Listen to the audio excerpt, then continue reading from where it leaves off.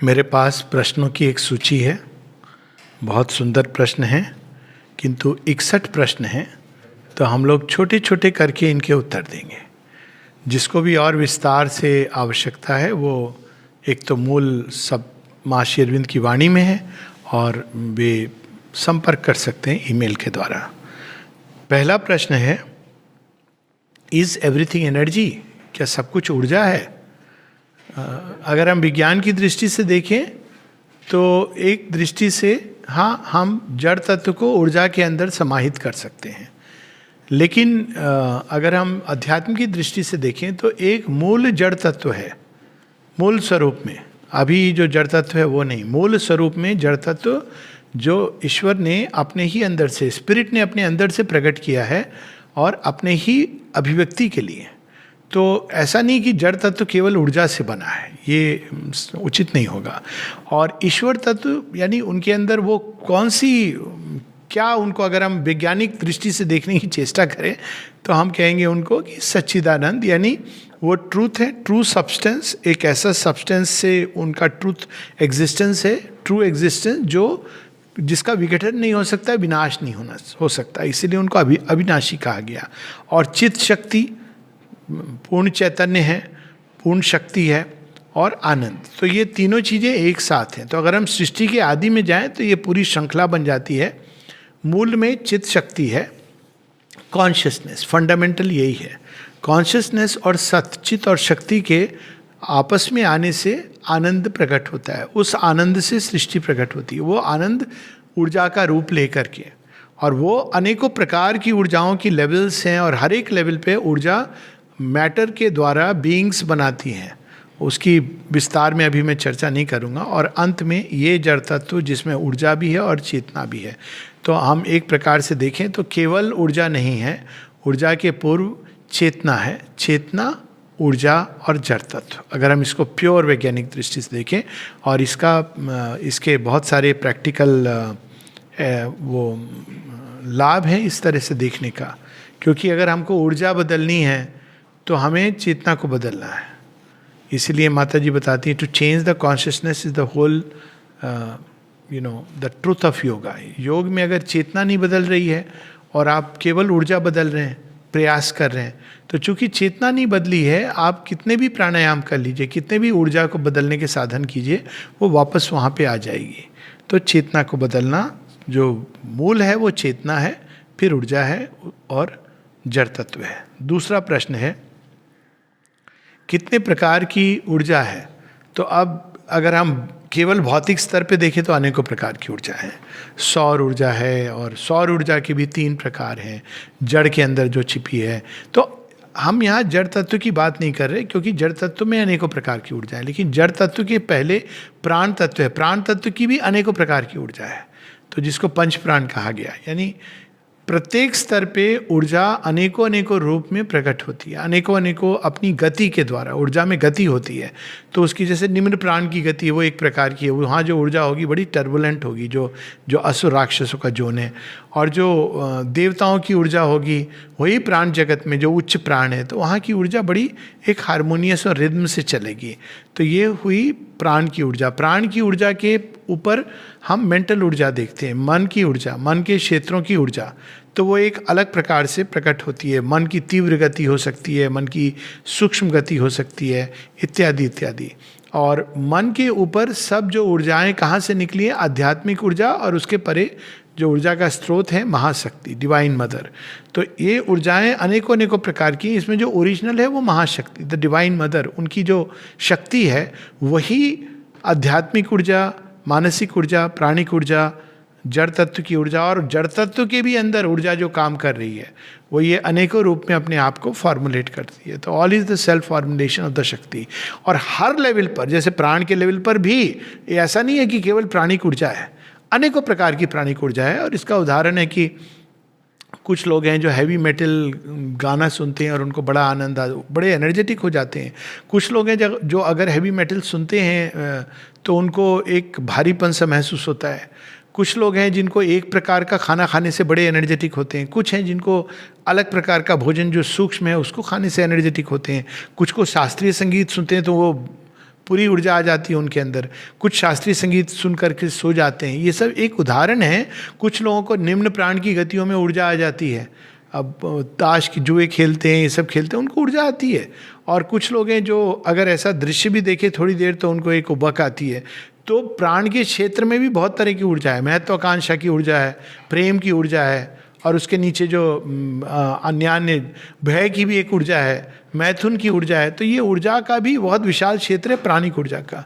मन के अंदर भी जितने लेवल्स हैं कॉन्शियसनेस के, उतने लेवल की ऊर्जा है।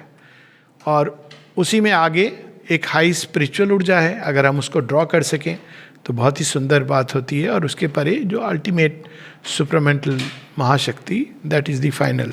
और उसी को जागरण करने का, जड़ तत्व में जो ऊर्जा है उसको जगा करके अलग अलग रूपों में ले जाके मन, और मन के आगे आध्यात्मिक ऊर्जा में लाके फाइनली ईश्वर के साथ जोड़ देना, यही कुंडलिनी का जो योग है। It is towards that. हमारे अंदर वो ऊर्जा अभी जड़ तत्व में विद्यमान है, इसलिए हम लोग केवल जड़ की ऊर्जा जानते हैं। लेकिन ये संभव है कि उसको ट्रांसम्यूट करते हुए हम सीधा अल्टीमेटली स्पिरिचुअल एनर्जी में कन्वर्ट कर सकें। तो ये जो इनर कन्वर्शन है, इसको जो सेक्सुअल एनर्जी है जो ऋतस के रूप में जाती है, वो जब कंजर्व की जाती है तो तेजस बनती है। तेजस को कंजर्व करते हैं तो ओजस बनता है। ओजस को जब कंजर्व करते हैं तो वीरियस बनता है। तो ये प्रोसेस जो योग की है वो वास्तव में ऊर्जा के कन्वर्शन की प्रोसेस है। क्रिएशन में वो ऊपर से नीचे की ओर आई है, लेकिन इवोल्यूशन में वो नीचे से ऊपर की ओर जाती है। अगर हम कंसंट्रेट करके इस इवोल्यूशन को बढ़ा सकें, आप पशुओं में केवल हम देखते हैं कि मैथुन की, भय की, ये ऊर्जाएं हैं। और अगर उच्च मानव है तो उनके अंदर और भी नई प्रकार की ऊर्जा और उनकी संभावना प्रकट होती है। तो टाइप्स ऑफ एनर्जी। तीसरा प्रश्न है, how do we know that energy is within us, यानी कौन सी ऊर्जा हमारे अंदर कार्यरत है, वो उसके हम प्रभाव से देख सकते हैं। जैसे मैंने बात की कि अगर निम्न प्राण की ऊर्जा कार्यरत है तो हमको बहुत रेस्टलेस बनाती है और हमें बहुत एक छटपटाहट, किसी चीज़ को पाने की एक प्रबल इच्छा, उस समय उचित अनुचित ये सब का भेद हमारे उससे हट जाता है, क्योंकि वो ऊर्जा इतनी रेस्टलेस है, कंपेल करती है, इम्पल्सिव एक्शन के प्रति कंपेल करती है। और उसमें जब कोई चीज़ मिलती है तो एक प्लेजर का अनुभव होता है, लेकिन फिर प्लेजर के साथ उसके एक सीवियर सफरिंग जुड़ी होती है, क्योंकि वो निम्न प्राण की ऊर्जा उसको केवल एक बार प्राप्त करने से नहीं संतुष्ट है, वो सदैव उसको पाना चाहती है। ये संभव नहीं है उसके लेवल पर, क्योंकि वो निम्न प्राण इतना छोटे फील्ड में काम करता है कि इट इज़ इम्पॉसिबल। अगर किसी चीज़ को संपूर्णता से प्राप्त करना है और सदा के लिए प्राप्त करना है तो केवल स्पिरिचुअल एनर्जी के पॉइंट ऑफ व्यू से संभव है। इसीलिए हम देखते हैं कि भगवान का सारा संसार है, लेकिन भगवान किसी को डिक्टेट नहीं करते हैं तुम ऐसा करो वैसा करो, क्योंकि वो केवल उस हायर स्पिरिचुअल लेवल से ये संभव है। लेकिन जैसे जैसे वो ऊर्जा नीचे जाएगी, डिसऑर्डर, कन्फ्यूजन, रेस्टलेसनेस, ये सब उग्रता, क्योंकि आपको कोई चीज़ नहीं मिल रही तो उग्र होना, क्रोध, ये सब उसके प्रभाव होते हैं। तो कई बार लोग कहते हैं कि हमारे अंदर बहुत एनर्जी आ रही है तो हम कम सो रहे हैं, हमको तो लग रहा है कि हम भगवान ही बन गए। तो उनको एक बार बस ऐसे अगर आप छेड़ दोगे, कहोगे कि हमको तो नहीं लगता कि तुम भगवान हुआ, देखिए उनका रिएक्शन क्या होगा, तो आपको पता चल जाएगा कौन सी ऊर्जा है। और दूसरी जो ऊपर की ऊर्जाएं हैं वो बड़ी शांत, मधुर, उनके अंदर एक रिद्म होती है, हारमोनी। तो अगर एक वर्ड में पूछा जाए तो ऊपर की ऊर्जाएं शांत और हारमोनी से काम करती हैं, और जब हमारे अंदर प्रवेश करती हैं जैसे देवताओं की शक्तियाँ, तो अब हमारे अंदर एक पीस, काम, रिद्म, ये सब लाती हैं। और जो निम्न ऊर्जाएं वो हमें उग्र बनाती हैं, डिसऑर्डर क्रिएट करती हैं, कन्फ्यूजन लाती हैं, रेस्टलेसनेस लाती हैं, उत्तेजना लाती हैं, प्लेजर का भाव लाती हैं, और उसकी प्रतिक्रिया स्वरूप बाकी चीज़ें लाती हैं। तो प्रभाव से हम जान सकते हैं हाउ इज एनर्जी क्रिएटेड। तो एक्चुअली जड़ तत्व के लिए भी एक बड़ा ये पुराना सत्य है जो भारतवर्ष में बहुत अद्भुत है, कि केवल वो एक छोटे से उसमें लिखा हुआ है, हरि अनंत, हरि कथा अनंता। हरि अनंत यानी ईश्वर, हरि कथा सृष्टि। तो वास्तव में प्रकृति का भी ना आदि है ना अंत है, ये ओरिजिनल ट्रूथ है। प्रकृति में ये सब आता है, ऊर्जा इत्यादि, जड़ तत्व। वो अनंत क्यों है? क्योंकि वो अलग नहीं है ईश्वर से, तो वो एंडलेसली क्रिएट करती है, उसका कोई एंड नहीं है, कोई पॉइंट की यहाँ जाकर प्रकृति रुक जाएगी। आप प्रकृति को अपने अंदर समाधिष्ट कर सकते हो, व्यक्तिगत स्तर पे। और ईश्वर भी जब प्रकृति को अपने अंदर, पूरी प्रकृति को सृष्टि से खींच लेते हैं तो प्रलय होती है। लेकिन तब क्या प्रकृति समाप्त हो गई है, अंत हो गया? नहीं, it has gone into a resting mode.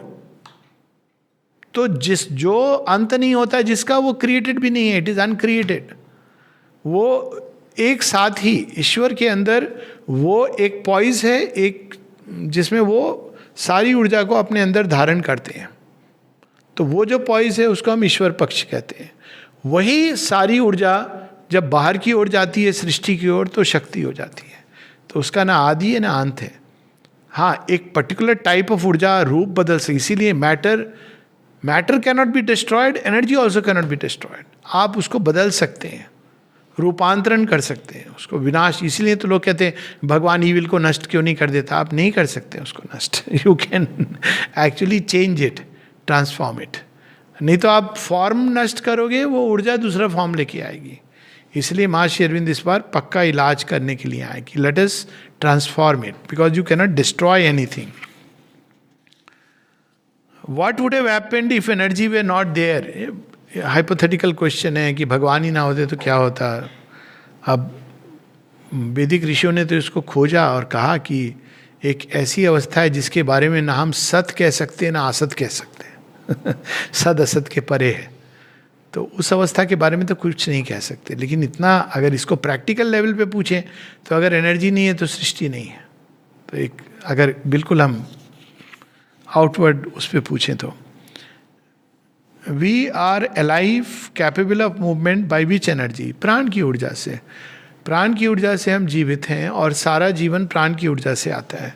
तो वो जीवन इनफैक्ट अणुओं के अंदर भी प्राण की ऊर्जा है, जिसके कारण अणुओं में गति है। जहाँ गति है, जहाँ विस्तार है, वो प्राण की गति है। तो अणुओं के अंदर विस्तार भी है और गति भी है। वो आपस में मिलके मॉलिक्यूल्स भी बनाते हैं। अगर एटम्स की कहानी लिखी जाए तो एटम बोलेगा कि मैं अपने एफिनिटी वाले एटम के साथ मिला और मिलके हम दोनों जुड़ गए और उसके बाद हमने बहुत सारे ऑफस्प्रिंग्स डाले। तो आप अगर कहानी वो humans, only thing is humans के पास स्पीच है तो चीज़ों को बड़े बड़े नाम दे देते हैं। वो ये नहीं कहते, ह्यूमंस ये नहीं कहेंगे कि अणुओं में प्रेम है, पर प्रेम है, वही ऊर्जा उनको ड्रॉ करती है और एक साथ मिलाती है। तो जहाँ भी जीवन है, अणुओं में भी जीवन है, घड़ियों में जीवन है, तो वो सब प्राण की ऊर्जा के कारण है। कहीं पर वो प्राण की ऊर्जा छिपी हुई है, कहीं पर वो प्रकट हो रही है। यहाँ तक कि ईश्वर का, देवलोक का जो जीवन है वो भी प्राण की ऊर्जा के कारण है। फर्क इतना है कि वो प्राण महाप्राण बन जाता है, वहाँ जाके वो शुद्ध हो जाता है, ईश्वर से लिंक्ड हो जाता है। तो हम उसको शक्ति कहते हैं। It's a way of saying, but वो परम शक्ति, शक्ति is what? It is energy, supreme power. तो वही ऊर्जा अल्टीमेटली उसका जो ओरिजिन है वो डिवाइन मदर है। इसीलिए ईश उपनिषद में कहा गया ना कि मातरीश्वा ददाति, वो ओरिजिन उनका वहीं पर है। तो ऊर्जा से ही ये सारा जीवन है। और प्राण की ऊर्जा जो जीवन एकदम फिजिकल मैटर में जो मैनिफेस्ट करती है, इस ग्रॉस मैटर में, उसको हम ये कह सकते हैं कि सबसे निम्न प्राण की ऊर्जा से मैटर अवेक होता है।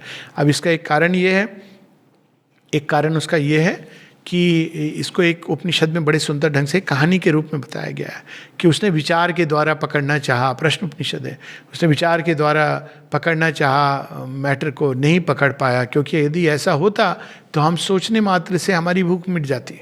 सोचिए।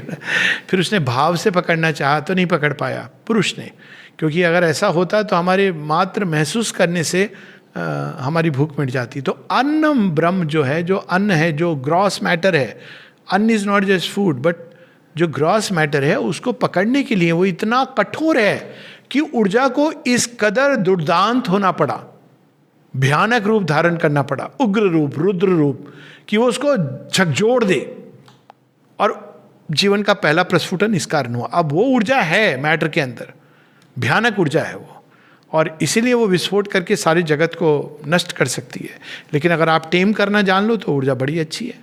सो ये ऊर्जा का पूरा खेल है। लेकिन जो मैटर के अंदर जो जीवन पहले आता है वो उस प्रचंड ऊर्जा से आता है, जिसका जो हम कह सकते हैं एकदम लोअर फॉर्म में आकर के उसके अंदर उग्र भाव से, रुद्र भाव से शेक करती है। इसीलिए जो पहले प्राणिक फॉर्म्स होते हैं धीरे धीरे एनिमल्स तक, वो उसी का खेल चलता रहता है। बाद में मनुष्य के आने से जब मन आता है तो प्राण की ऊर्जा को संयत करता है, थोड़ा ऊपर की ओर उठाता है। हायर एनिमल्स में भी हम भावनात्मक ऊर्जा देखते हैं, उसके नीचे भावनात्मक ऊर्जा नहीं है।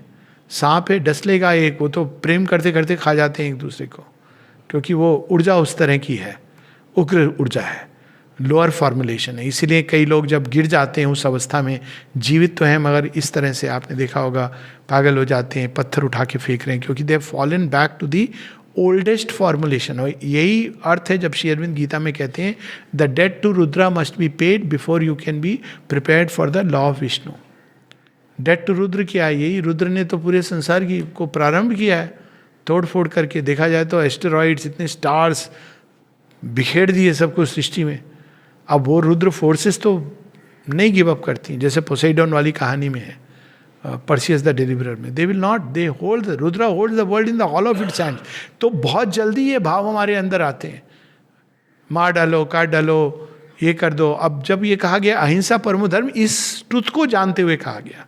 उसका ये कंटेक्स्ट नहीं था कि आप बंदूक मत उठाओ अगर आपको कोई आक्रमण कर रहा है, it never meant that, but it was कि जो हमारे अंदर उग्र भाव होते हैं, जो क्रोध का रूप लेते हैं, उनको संयत करना, हम किसी का विलफुल इंजरी ना करें, क्योंकि मनुष्य में थॉट जुड़ गया है। पशुओं के अंदर ये चीज़ नहीं है, विलफुल इंजरी नहीं है, पर है तो पाइथन जैसे मारता है एक जीव को, तो अगर आप देखेंगे तो बड़ा क्रूअल दृश्य नजर आएगा। स्वैलो करता है, लिटरली वो सांस के लिए मोहताज करके मारता है। तो वो प्रचंड ऊर्जा, Python is called you know the ultimate inert जीव का कोई उदाहरण है तो पाइथन है, महीनों पड़ा रहेगा। इसीलिए पाइथन एनर्जी भी कहा जाता है। पाइथन का विजन भी द एनर्जी जो पूरी तरह इन्वॉल्व हो गई है मैटर के अंदर।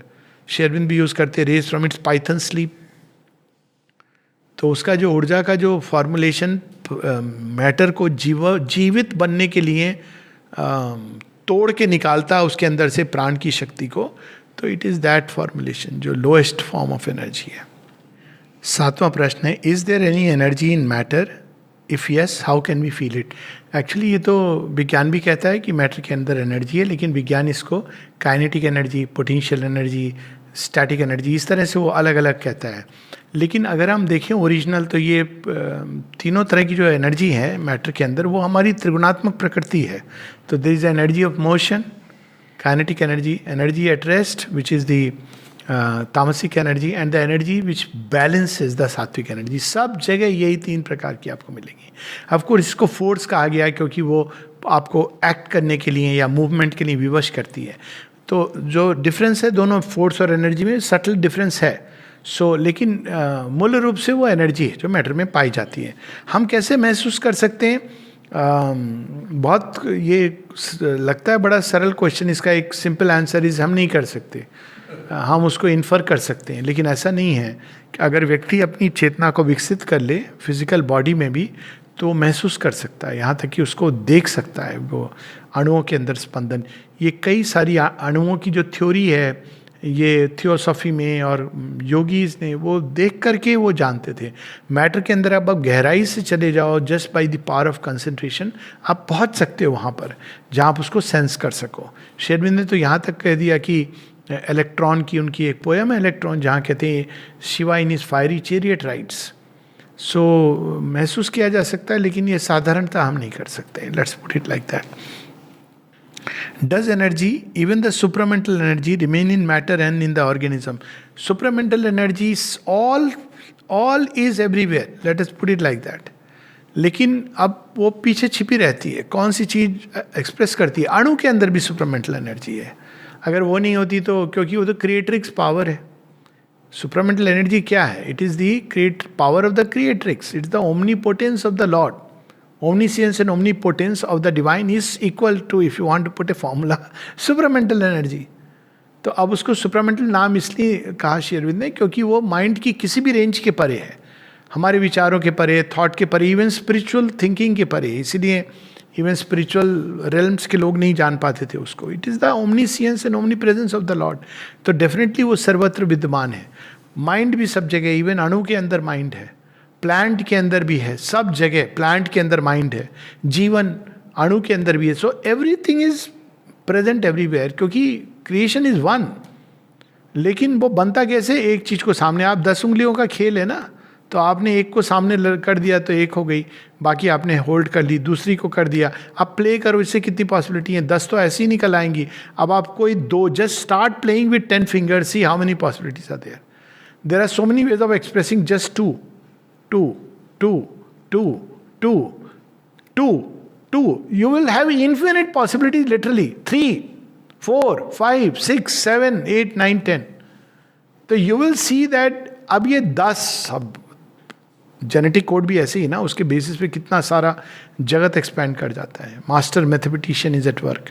तो है सब कुछ सब जगह, लेकिन कौन सी चीज़ सामने प्रोमिनेंटली एक्सप्रेस करती है, उसके अनुसार से चेतना को हम लोग कहते हैं कि ये स्तर है, ये वो है।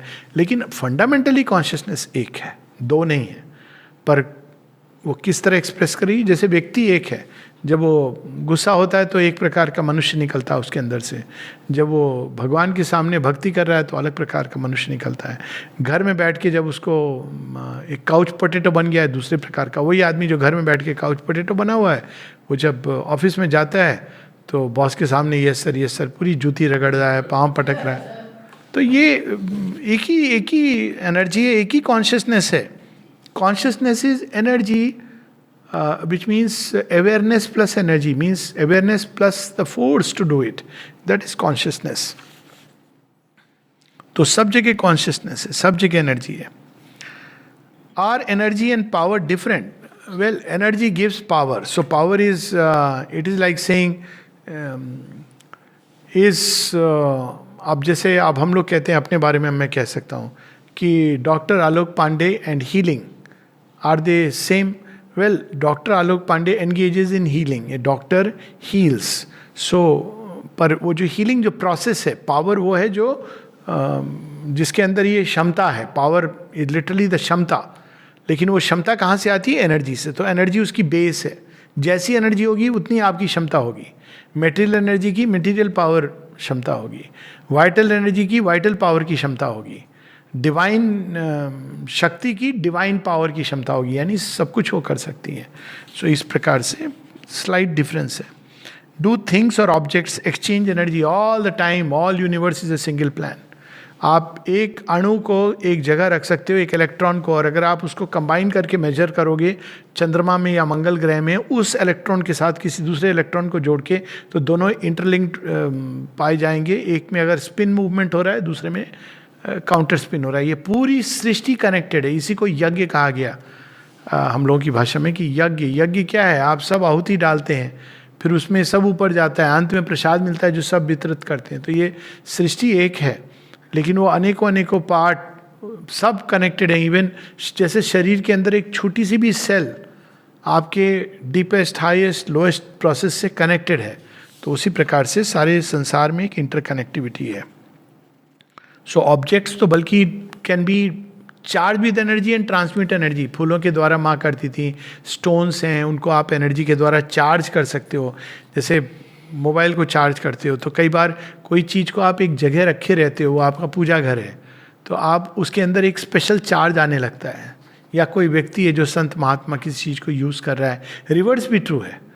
तो हर किसी की कोई भी चीज़ आप ले रहे हो, तो वो ऑब्जेक्ट तो मटेरियल है, लेकिन वो चार्ज्ड है। तो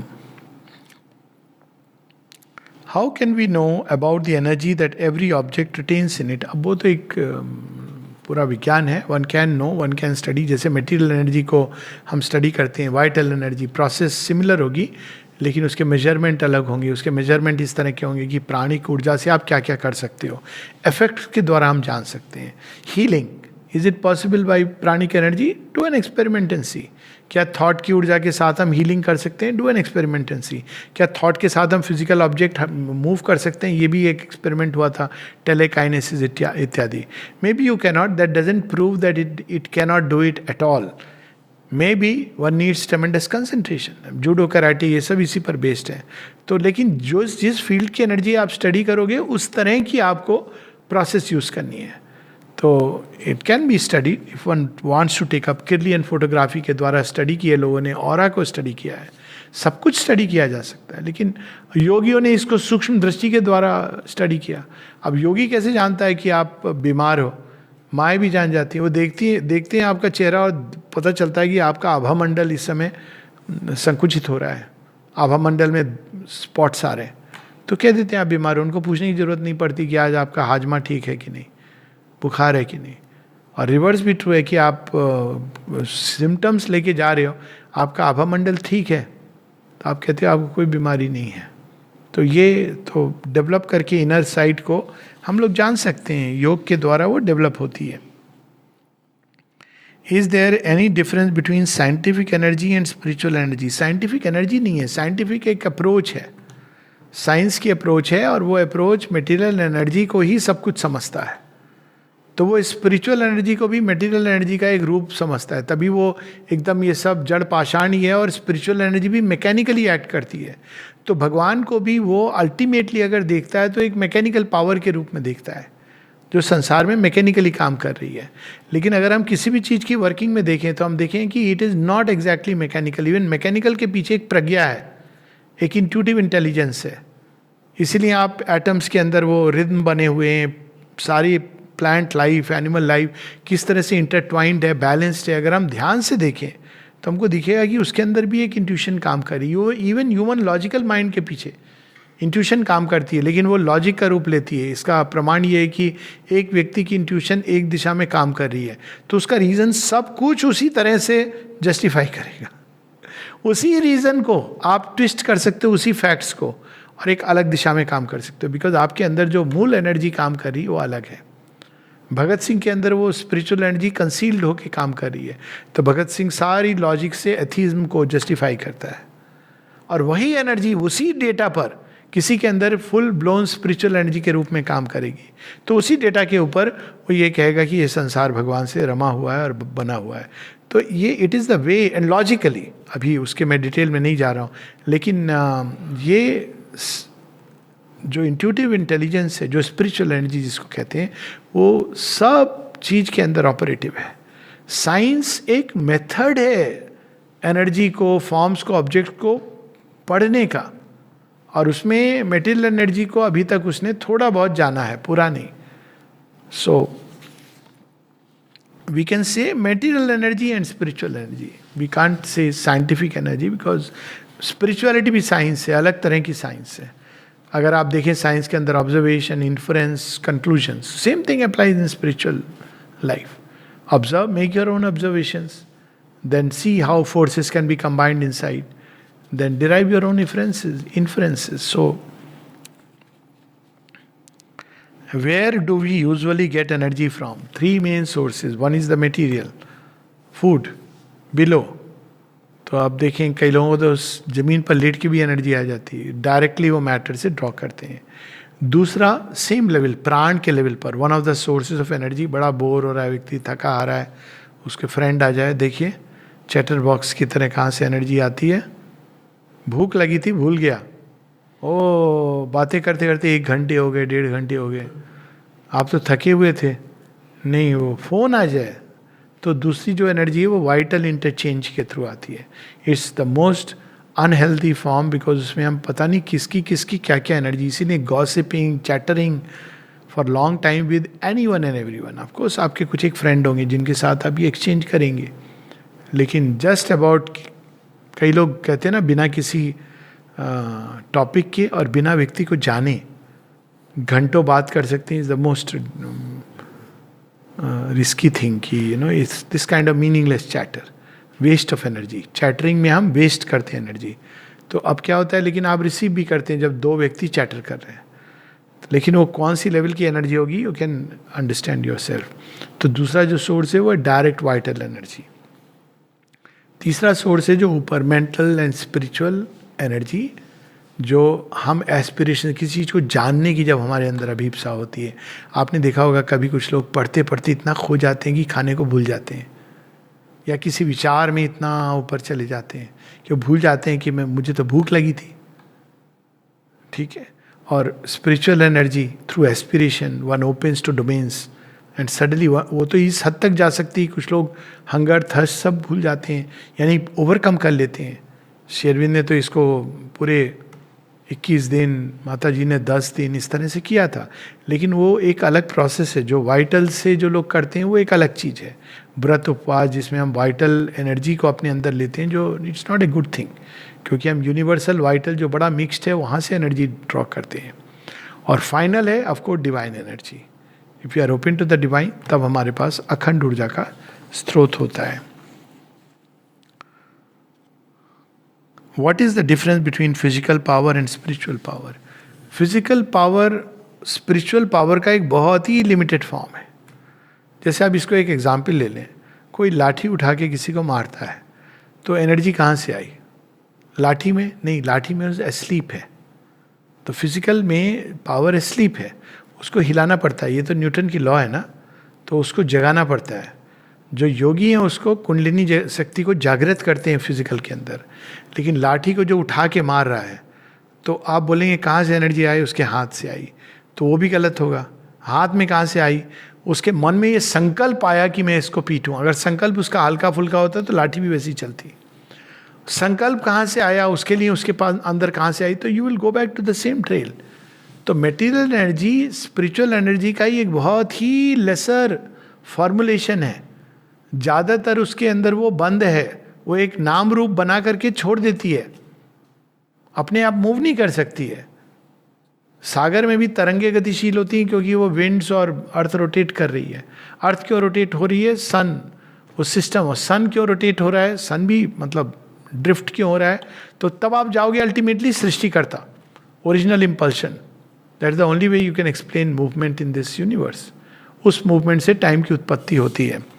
पर कहने का अर्थ ये कि ये spiritual energy among them which one is more powerful, ये तो सोचने की बात ही नहीं है। Spiritual energy is definitely much more powerful. लेकिन ये बात एक तरह से ये क्वेश्चन वैलिड है। हर किसी के अंदर वो मटेरियल पे सीधा काम नहीं करती। तो इसको ऐसे समझिए, जब घर में छोटा बच्चा होता है तो शुरू में क्या होता है, वो बच्चे को सबकी बात सुननी पड़ती है। हालांकि इनडायरेक्टली वो सबको नचा रहा है ना, पर डायरेक्टली वो सबकी बात सुन रहा है। जब बच्चा बड़ा होता है, वही माँ बाप, बच्चा कहता है पापा आप बुद्धि काम नहीं करी, चुपचाप वहाँ बैठ जाओ, खाना खा लो। रिवर्स हो जाता है। तो अभी स्पिरिचुअल एनर्जी हम सबके अंदर पूरी तरह इवॉल्व नहीं हुई है। यही श्री अरविंद कहते हैं स्पिरिचुअल इवोल्यूशन। तो अभी थोड़ी बहुत किसी किसी में इवॉल्व हुई है। जिनके अंदर वो निकली भी नहीं है, वो अचानक बोलेंगे स्पिरिचुअल एनर्जी मेरे अंदर है तो मैटर पे काम करिए, it will not work. It may as a divine grace, वो अलग चीज़ है। बट कॉन्शियसली पहले तो उसको अवेकन करेंगे हम। वो तो पूरा योग इसीलिए है। जब हम अवेकन करेंगे विल के द्वारा, फेथ के द्वारा, ग्रेस में सरेंडर होके, एस्पिरेशन के द्वारा, तब वो काम करेगी। शुरू में लेकिन मैटर नहीं काम करने देगा। वो नया बच्चा है स्पिरिचुअल एनर्जी, वो कहेगा मैं जैसे बोलूँ मेरी कंडीशंस के अंदर काम करो। तो शुरू में वो कैसे काम करेगी? आप बीमार फिर भी पड़ोगे लेकिन कॉम्प्लिकेशन नहीं होंगे, जल्दी अच्छे हो जाओगे, क्योंकि वो spiritual energy is the child. इसलिए वेदों में अग्नि को बच्चा भी कहा गया, न्यू बॉर्न। लेकिन धीरे धीरे वो बढ़ती चली जाएगी तो मैटर को कहेगी लिसन टू मी। तो that's how spiritual energy is the greatest origin. लेकिन मैटर उसको ईजिली रिसीव नहीं करता है। तो that is the process of evolution. Everything is energy. What do we mean by everything here? Everything is things are objects. तो सब कुछ everything, लेकिन ये proposition कहाँ से आया? Everything is energy. Everything is not just energy. Everything is also matter. It's also consciousness. So it's not a correct proposition to say everything is only energy. Energy अपने आप को condense करके matter बनती है। तो एनर्जी कहाँ से आती है? स्पिरिट। सो अल्टीमेटली स्पिरिट अपने आप को कंडेंस करके मैटर बनती है। और स्पिरिट जो मैटर में कंडेंस करती है, उसकी जो प्रोसेस जो मीडिएट करती है, वो एनर्जी है। If you want to put it very very scientifically. पर वो एनर्जी जो ऊपर में कंडेंस कैसे करती है? खुद को ही वो स्पिरिचुअल सब्सटेंस को लेके धीरे धीरे धीरे धीरे कंडेंस करते करते अब एनर्जी को भी अपने आप को आत्म विलोपन करना है।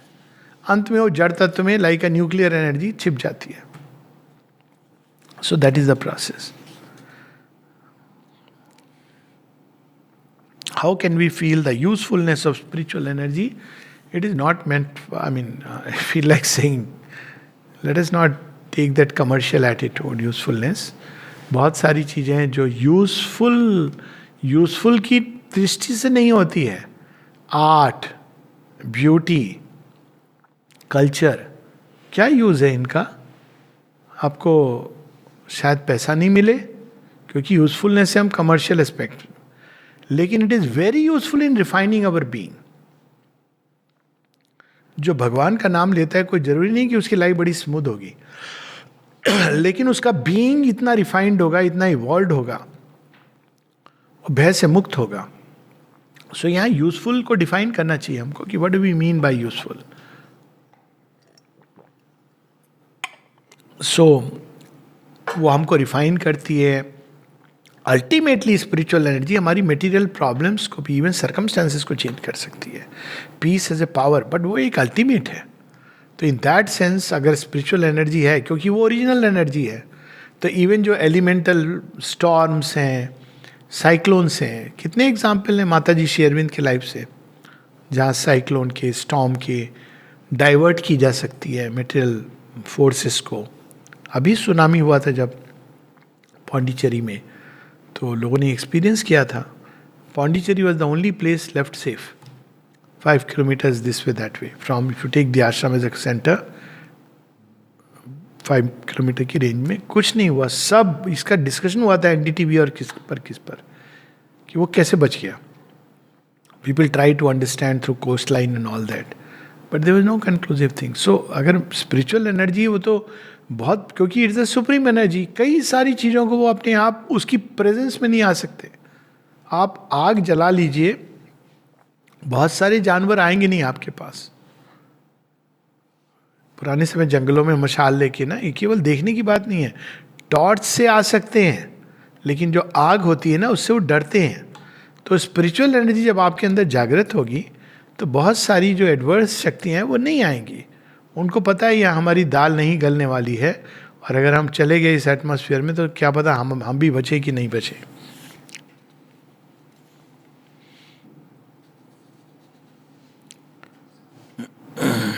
If everything is energy, why do we feel the need for energy when we are weak? तो ये तो गलत proposition है. Everything is not energy. Matters, take matter and material bodies, including our own body. हम सब एक vessel हैं, energy के पात्र हैं. तो पात्र से जब चली गई एनर्जी तो हमको चाहिए, अगर हमने उसको निम्न एनर्जी, अपने आप वो फ्लो तो करेगी अंदर में, लेकिन अगर वो लो लेवल की आ गई, बीमारी क्या करती है, बीमारी में भी तो एनर्जी अंदर होती है, डार्क एनर्जी होती है. एक आप देखिए, एक आदमी जो मस्तिष्क जिसका गलती से विक्षिप्त हो जाता है, 4-4, 5-5 दिन नहीं खाते हैं, और इतने एग्रेसिव, वायलेंट, इतनी शक्ति कहाँ से आती है उनके अंदर? तो वो एक अलग प्रकार की एनर्जी है, डार्क एनर्जी है, नेगेटिव एनर्जी है, आसुरिक एनर्जीज होती हैं. तो बीमारी में उस तरह की एनर्जी, वो एनर्जी क्या करती है, हमारे अंदर फियर, भय से कांपने लगता है आदमी, मर जाऊंगा ऐसे सोचने लगता है. तो वो एनर्जी डिसइंटीग्रेशन की एनर्जी है. इसको हम लोग कहते हैं कि एनाबॉलिक एनर्जी, कैटाबॉलिक एनर्जी. तो वो डिसइंटीग्रेशन की एनर्जी होती है. कैटाबॉलिक एनर्जीज, एनाबॉलिक एनर्जीज हैं जो बिल्डअप करती हैं चीज़ों को. तो एनर्जी, जो कैटाबॉलिक एनर्जी को अगर हम अपने अंदर बुलाएंगे तो हम तो वीक फील करेंगे, क्योंकि वो तो डिस्ट्रॉय करेगी, उसका काम ही यही है. अगर आप, कोई व्यक्ति अगर एसिड पी ले, उसके बाद जलेगा, अंदर पी ले तो मरने वाला है, तो क्यों ऐसा हो रहा है? क्योंकि उसने एसिड पी लिया. एसिड के अंदर ये प्रभाव की शक्ति. तो जब हम वीक क्यों फील करते हैं? क्योंकि हमने डिसइंटीग्रेशन की एनर्जीज को अपने अंदर बुला लिया. हम डोर खोल देते हैं through an action, through speech, विचारों के द्वारा हम डोर खोल देते हैं. फियर, कॉमनेस्ट कॉज, हम फॉल्सहुड, उन शक्तियों के प्रति डोर खोल देते हैं जो हमको डिप्लीट कर देती हैं. वो आके आपके घर में हलवा पूड़ी आपने बनाई घर के 4 सदस्यों के लिए, 50 लोग आ गए, आपने कहा हम तो खिलाएंगे, वो लूटने लगे, आपने दरवाज़ा खोला था उनके आने के लिए, आपको पता नहीं था कि ये तो आप मेरे घर पर ही कब्जा कर लेंगे. लास्ट में आपको कहते हैं टाटा बाय बाय, घर हमारा है, तो व्यक्ति, हम कहते हैं मृत्यु हो गई. आपने डोर खोला अनथिंकिंगली, वो आ गए, अंदर आके उन्होंने लूट लिया. अब आप कह रहे हैं एनर्जी नहीं है नेचुरली. अब फिर वो जब खत्म कर लेंगे तो क्या करेंगे? वो घर को छोड़ के चले जाएंगे. अगर व्यक्ति फिर भी रहता है तो अब उसको फिर से भरना पड़ेगा. तो वो डार्क एनर्जीज के प्रति हम खुल जाते हैं, इसलिए हम डार्क एनर्जीज सोख लेती हैं इनको. How can we recognise the supreme conscious energy, unite with him. Unite with him is the yoga, उसको मैं अभी टच नहीं कर रहा हूँ, लेकिन भगवान की उपस्थिति, भगवान की ऊर्जा हम उसके प्रभाव से महसूस कर सकते हैं प्रारंभ में. और वो इनवेरिएबल प्रभाव है पीस. कभी वो हमको रेस्टलेस नहीं करेगी. कुछ लोग कहते हैं अरे हमने भगवान को देखा और एक्साइटमेंट में चले गए. Be careful. शांति आएगी उसके साथ, आपके अंदर एक रिजुता आएगी, नमनीयता आएगी, ह्यूमिलिटी आएगी, क्योंकि आपने उस परम चेतना का स्पर्श पा लिया. आप उसके बाद ये नहीं सोच पाओगे वैनिटी में कि आई एम समथिंग और समबडी. आप ओशियन को देख लिया मटके ने, उसके बाद बोले देखो मैं कितना बड़ा मटका हूं. समुद्र के जाने तक मटका बड़ा है, समुद्र के अंदर डाला तो बहा के ले जाएगा, मटका वहीं रह जाएगा. तो ये विनम्रता आती बहुत, भगवान के स्पर्श से बहुत विनम्रता आती, बिकॉज यू रिकॉग्नाइज कि you are nothing without the divine. शांति आती है बिकॉज आपको पता है कि एक बेनेवोलेंट पावर आपके साथ है. स्वतः ही आपके अंदर फेथ, विजडम जागृत होती है. वो चीज़ें जो छिपी होती हैं, देख नहीं पाते हैं, हम देखने लगते हैं क्योंकि वो प्रकाश है. एक आनंद की अनुभूति होती है. वो आनंद नहीं जो हमको पागल कर दे, उछलने के लिए बाध्य करे. एक सूक्ष्म आनंद जो अंदर में हमारे सारे जीवन की उथल पुथल को सपोर्ट करता है. प्रेम की अनुभूति होती है, और ऐसा प्रेम जो निष्कंटक है, जिसके अंदर किसी प्रकार की ugliness, lower movement, hatred, jealousy, positiveness, ये सब नहीं है उसके अंदर, ये विकृतियाँ. तो ये सारी प्रभाव से हम जान सकते हैं कि भगवान का स्पर्श. इनमें से एनी ऑफ द अबव और ऑल ऑफ द अबव और फ्यू ऑफ द अबव. अंतिम question. If the same energy is within everyone, then why do we have so much discrimination between us? ये तो बड़ा सिंपल सी बात है.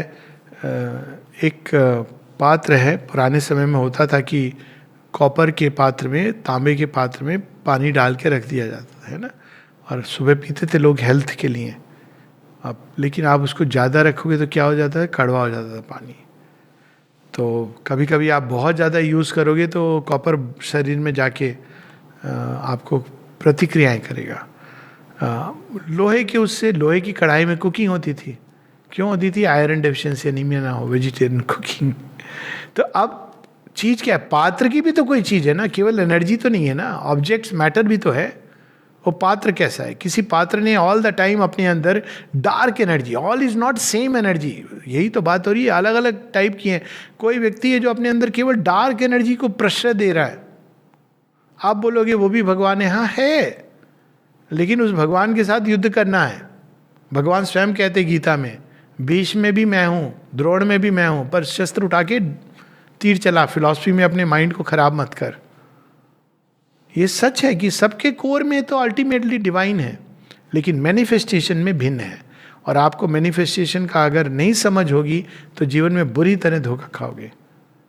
आप सांप को ये बोल के गले लगाओगे कि ये भी भगवान है, लगाओ, शिव जी बन के लगाओ, नहीं तो उसके बाद सांप और आप दोनों चले जाएंगे शिव जी के धाम. तो इसलिए ये डिस्क्रिमिनेशन नहीं, डिसर्नमेंट कहते हैं इसको. डिस्क्रिमिनेशन होता है अछूत, नहीं, डिसर्नमेंट.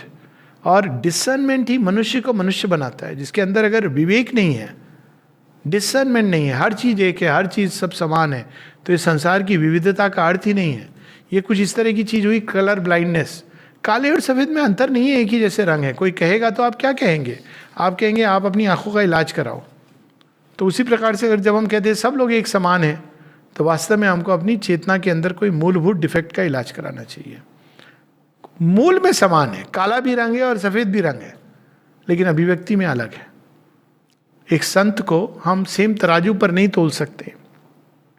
जिस पर आप एक रोड साइड सड़क छाप क्रिमिनल को तोल रहे हैं, हाँ, उस सड़क छाप क्रिमिनल के अंदर संत बनने की संभावना है, और इस संत के अंदर एक क्रिमिनल छुपा हो सकता है या उसका पास्ट हो सकता है, वो एक अलग बात है. पर आप दोनों को एक साथ कि भाई संत को हम अपने घर में बुला के अतिथि देवो भव, क्रिमिनल जी आप भी आ जाइए अतिथि देवो भव, बड़ा खुश होगा, कहेगा बहुत अच्छी बात है. फिर उसके बाद वो हमें बोलेगा आप अतिथि कब जा रहे हो? हम कहेंगे हमने तो आपको बुलाया. कहते नहीं, हमने तो देखो आपको देवता की तरह ट्रीट किया, now you come out, go out of the house. तो ये तो एक मूर्खता होगी इस तरह से सोचना. When we gossip, it is said that we lost our energy or destroy our energy. Is it true? Not only true, it 10,000 times true. क्योंकि तब हम अपनी जिह्वा को, इज द एक्सप्रेसिव सेंटर, तो जब हम किसी दूसरे की बुराई करना, और खासकर अपशब्द और अभद्र भाषा में गाली गलौज जिसको कहते हैं, माँ कहती हैं अगर तुम खासकर, वो गॉसिप ये रूप ले लेती है जहाँ हम एक दूसरे से लड़ाई झगड़ा करते करते गॉसिप, और फिर अभद्र भाषा किसी के लिए, आपस में ये दोनों गॉसिप कर रहे हैं लेकिन ऐसी बातें गाली गलौज, माँ कहती हैं it is like committing spiritual suicide. तो please be careful. It is not just true, it is 10,000 times true. माँ ने एक बार एक पूरी टॉक उनकी बस हाफ ए पेज की है. उन्होंने कहा today I want to tell you the dangers of gossip. So do not gossip. Gossip चल रही है तो चले जाइए वहाँ से. इट इज़ नॉट गुड, सेहत के लिए हानिकारक है. 21वां प्रश्न है, how can one use his energy for higher purposes. पहले तो पता होना चाहिए कि जीवन का कोई हायर पर्पस है, क्योंकि आमतौर पर हम प्रकृति के उसी घेरे में ऊर्जा को घुमाते रहते हैं जहाँ पे प्रकृति हमको नचा रही है. लेकिन एक समय आता है जब हम लोग उस पुराने खेल से उब जाते हैं, हम दिखने लगता है कि ये 10 फार एंड नो फर्दर. तब हमारे अंदर एक भाव जागृत होता है कि क्या इसके परे भी कुछ है, क्या मनुष्य की सीमा के परे, हमारी बुद्धि के परे, हमारी समझ के परे, हमारी सोच के परे.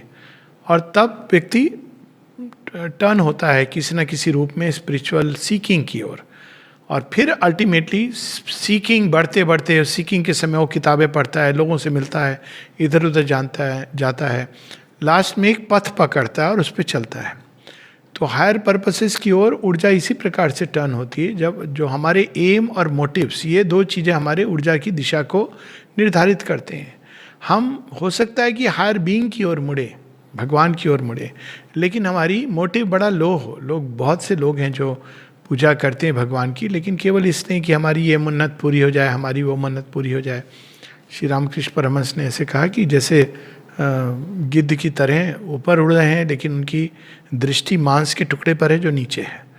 तो लक्ष्य अगर हमारा उच्च है तो सच तो ये है कि आप जिस भी लेवल पर हैं, even the lowest level, your energies will be diverted towards a higher purpose, simply because आपके अंदर लक्ष्य क्लियर है. तो पहली चीज है लक्ष्य को. नहीं तो हम भगवान के सामने भी खड़े रहेंगे, भगवान की सेना में भी रहेंगे, टोली में, लेकिन अंततः हमारा लक्ष्य निर्धारित. रावण बहुत बड़ा भक्त था, शिव साक्षात शिव जी के दर्शन और सब उनका यंत्र बनने का सौभाग्य था, बट ही वेंट डाउन क्योंकि लक्ष्य. तो पहली चीज है लक्ष्य. Keep the focus right and all the energies will turn. अभी एकदम निम्न चीज में भी, यहाँ तक अब ह्यूमन लव है, it's a normal ordinary love, attraction affiliation से डिटरमाइन होता है. अगर उसके अंदर आपके अंदर एक आइडियलिज्म आ गई कि नहीं ये प्रेम सबसे सुंदर होना चाहिए, दिव्य होना चाहिए, सच्चा होना चाहिए. अब यहाँ पर स्पिरिचुअल वर्ड नहीं यूज़ किया गया है, लेकिन अपने आप आपकी एनर्जी वो रूट लेने लगेगी. अब उस रूट में क्या घटनाएं होंगी वो एक अलग बात है, but ultimately it is the goal and the motive that determines कि वो एनर्जी किस दिशा में लगेगी. तो अगर हायर पर्पस की दिशा में एनर्जी लगानी है तो हमारे गोल भी हायर होने चाहिए. 22वां प्रश्न है, what is the relation between the divine's energy and the energy we know. स्पष्ट होना चाहिए कि इस संसार में अल्टीमेटली एक ही सोर्स है. Divine energy, material energy, vital energy, mental energy, ये एक डिविजिव थॉट है. एक ही पावर है, एक ही सोर्स है. लेकिन जैसे एक ही गंगा नदी एक है, लेकिन अलग अलग घाट पे पानी में कहीं गंदगी मिली हुई है. गंगा सागर के पास आप जाएंगे तो आप देखेंगे कि पानी बहुत गंदगी है. और वही चीज़ आप हरिद्वार में भी आजकल होने लगा है. लेकिन आप और ऊपर चलते जाइए, जितना ओरिजिनल सोर्स की ओर जाएंगे उतना शुद्ध मिलेगा. गोमुख पे चले जाएंगे, गंगोत्री में चले जाएंगे तो प्योरिस्ट फॉर्म मिलेगा. तो एनर्जी एक ही है, लेकिन वो धीरे धीरे धीरे धीरे जब वो चेतना के स्तरों पे उतरती है तो सीमित होने लगती है. और जो फोर्सेस उस पर एक्ट करती हैं, जो उसको यूज लेती हैं और उपयोग करती हैं या दुरुपयोग करती हैं, उसके अनुसार उस स्तर पे हम लोग ये कह सकते हैं कि ये ऊर्जा इसमें रूपांतर परिवर्तित हो गई। इसका एक उदाहरण कई सारे हैं कि सूर्य की ही ऊर्जा में आप विषैले पौधे भी उगते हैं और सूर्य की ऊर्जा में जीवनदायिनी पौधे भी उगते हैं। सूर्य की ऊर्जा जो ऋषि मुनि तपस्या कर रहे हैं उनको भी सूर्य की ऊर्जा, उसी से जो सृष्टि के अंदर जो भी भोजन भी है वो प्राप्त होता है। और सूर्य की ऊर्जा से ही जो क्रिमिनल है क्राइम करता है। ऊर्जा एक ही है, दो नहीं है, लेकिन वो मटेरियल लेवल पर वो मटेरियल एनर्जी का फॉर्मुलेशन ले लेती है। प्राण जगत में वो प्राण जगत का फॉर्मुलेशन ले लेती है। योगी के अंदर वही ये ऊर्जा अपने मूल स्वरूप की ओर जाने लगती है, और एक सिद्ध के अंदर वह ऊर्जा पूरी तरह भगवान की जहाँ से ओरिजिन है उसके साथ एक हो जाती है। यही डिफरेंस है, एनर्जी एक ही है, दो नहीं है। 23वां प्रश्न है, what is the way to achieve the divine energy? Through conversion. पहली चीज है कन्वर्शन, यानी लक्ष्य का कन्वर्शन। हम जब तक ईगो के सेटिस्फैक्शन के लिए जीवन जी रहे हैं तब तक हम ये सोचना भी कि एनर्जी डिवाइन एनर्जी में कन्वर्ट हो जाएगी, नहीं। पहली चीज़ है एम क्लियर होना चाहिए। उसके बाद जहाँ जहाँ लोअर नेचर में एंगेज है एनर्जी, उनको आपको ऊपर टर्न करना है। अब इसको अगर मेथड के रूप में देखें तो पूरी कुंडलिनी की जो प्रक्रिया यही है। कुंडलिनी की प्रक्रिया में हम क्या करते हैं कि हम मतलब जो कुंडलिनी योग करते हैं उनका मेथड है बाय विल। तो विल के द्वारा एनर्जी जो मैटर में इन्वॉल्व है उसे खींच करके पहले प्राण जगत में, फिर और ऊपर प्राण के कई लेयर्स हैं, भावनात्मक भाव जगत में, मन के जगत में, और अल्टीमेटली स्पिरिचुअल चेतना की तरफ जाते हैं। वही ऊर्जा है जो मैटर के अंदर, इसीलिए वो सारी नव दुर्गा के जो रूप हैं जिसकी कई बार बात हुई है। तो material energy Shail Bala, the one which is born in the mountains. Mountains is the physical nature, और उसके अंदर से वही डिवाइन एनर्जी निकलकर वहाँ विल के द्वारा, फेथ के द्वारा, कंसंट्रेशन के द्वारा, और कभी कभी बीज मंत्र का उपयोग करके हम लोग एक योगिन उस कुंडलिनी को जागृत करके ऊपर ले जाता है। और डिवाइन मदर के उसमें ये दूसरे ढंग से होती है। कन्वर्ट कैसे होती है? डिवाइन मदर तो पूरे नेचर की जो लोएस्ट एक्टिविटी है उसको भी कन्वर्ट करना चाहती हैं। हाँ, सो डिवाइन एनर्जी, पहले तो यहाँ पर प्रश्न है कि किस तरह प्राप्त करें। सिंपलेस्ट तरीका है, जिसको हम प्यार करेंगे उसके जैसी ऊर्जा हमारे अंदर आने लगेगी। इसलिए माता जी ने कहा है कि जो एक कॉमन चीज़ जिसको हम प्यार कहते हैं वो वाइटल इंटरचेंज है। तो उसमें क्या होता है कि जिसको आप कहते हैं कि प्यार करते हैं उसकी ऊर्जा आपके अंदर और आपकी ऊर्जा दूसरे के अंदर। साधारणतः ये फर्क नहीं पड़ता है ज़्यादा, बिकॉज ज़्यादातर मनुष्य सामान्य लेवल पे रहते हैं, लेकिन एक योगी के लिए ये फ़र्क पड़ने लगता है, सीरियस होने लगता है। सीरियस इन द सेंस जो ऊपर है वो लूज़ करेगा, जो नीचे है वो गेन करेगा। तो अगर आप भगवान को प्यार करेंगे तो आप डिवाइन एनर्जी को प्राप्त करेंगे, और यदि आप संसार को प्यार करेंगे तो सांसारिक बुद्धि, सांसारिक ऊर्जा आपके अंदर आएगी। तो इट डिपेंड्स ऑन कि हमारी डायरेक्शन, दिशा कहाँ है। Love is the simplest way, shortest वे। और नहीं तो फिर ज्ञान ध्यान। ज्ञान ध्यान क्या है? आप उस डिवाइन एनर्जी क्या है, डिवाइन बीइंग क्या है, डिवाइन कौन है, तो अल्टीमेटली आपकी ऊर्जा माइंड के थॉट को लेकर के धीरे धीरे वो सब बाकी सबको खींचेगी। तो प्यार इज़ द सिंपलेस्ट वे। या उससे भी और एक तरीका है, वह है कर्म के द्वारा। हम लोग आमतौर पर कर्म करते हैं आसक्ति, अपने ईगो की सेटिस्फैक्शन या कामनाओं की तुष्टि के लिए। आप कर्म को सेवा और पूजा बना दीजिए तो अपने आप वो ऊर्जा चेंज होने लगेगी और डिवाइन एनर्जी में चेंज हो जाएगी। तो बहुत सारे तरीके, कुंडलिनी का तरीका है, और भक्ति योग है, ज्ञान योग है, कर्म योग है, ट्रिपल मार्ग है, और भी कई मार्ग हैं जिनके द्वारा हम इस ऊर्जा को दिव्य ऊर्जा की ओर ले जाते हैं। माता जी के योग में ये कहना, उल्लेख करना आवश्यक है, ये प्रोसेस बड़ी इंटरेस्टिंग है। केवल एकमात्र ओपन टू द मदर, माँ के नाम स्मरण करके जब हम माँ की तरफ खुलते हैं तो वही तो है डिवाइन एनर्जी अल्टीमेटली। तो वो उस ऊर्जा को हमारे अंदर डालना शुरू करती है, और ना केवल डिवाइन एनर्जी को प्राप्त करता है व्यक्ति, प्राप्त वर्ड एक्चुअली अप्लाई नहीं करता है बिकॉज वो अनंत है, बल्कि वो डिवाइन, उसमें हम जाके मिल सकते हैं, मर्ज हो सकते हैं। तो इस योग में वो डिवाइन एनर्जी उतर के हमारे थॉट्स को, फीलिंग्स को, स्पीच को, स्पर्श को, गंध को, दृष्टि को, सुनने को, शरीर की एक एक प्रोसेस को रूपांतरित करती है।